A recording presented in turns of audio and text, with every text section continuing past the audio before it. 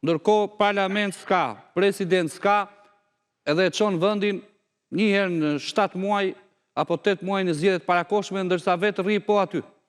Do e perifrazoja me një thënie të Fishtës. Qysh është Kosova sot, është ashtu siç e don Hasni. Që do të thotë sikur ta kishte gatuar Beogradi me dorën e vet, nuk do të kishte një krizë kaq të turpshme në Kosovë.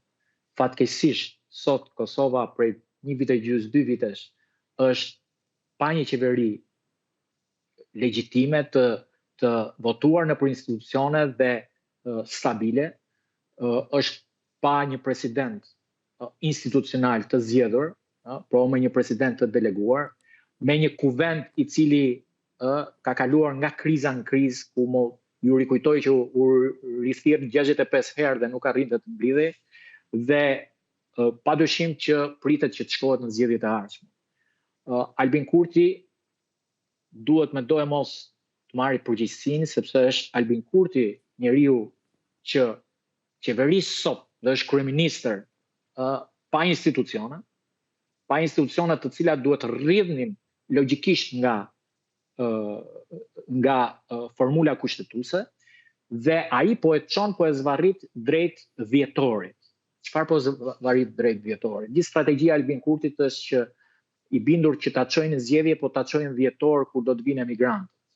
Që do të thotë ka zgjedhur në një farë mënyre një cedim kushtetues për të lënë afat mesin e shtatorit për 2 shkaqe. E para se pret vendimin e Hagës nëse do të dënohen fajtor apo jo kundërshtarët e tij politik, Hashim Thaçi, Jakub Krasniqi e tjerë, apo do të mbeten në burg dhe këtij do t'i mbetet fusha e lirë për të qeverisur.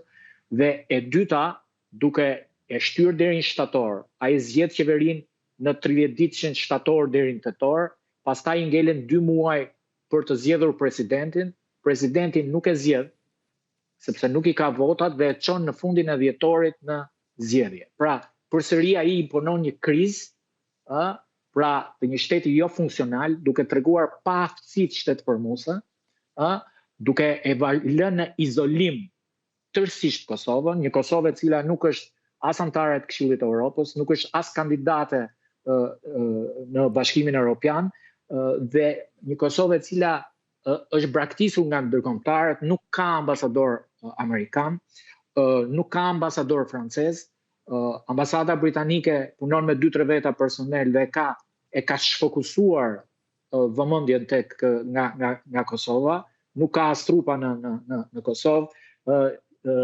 Vetëm ambasadori gjerman është prezent në politikën e brendshme, po vaj tashmë është shumë i ekuilibruar, dhe në një farë mënyre e gjitha çfarë po ndodh në Kosovë është ajo që ka dëshiruar Serbia, që Kosova të dali jashtë fokusit të mbrojtjes apo përkujdesjes ndërkombëtare.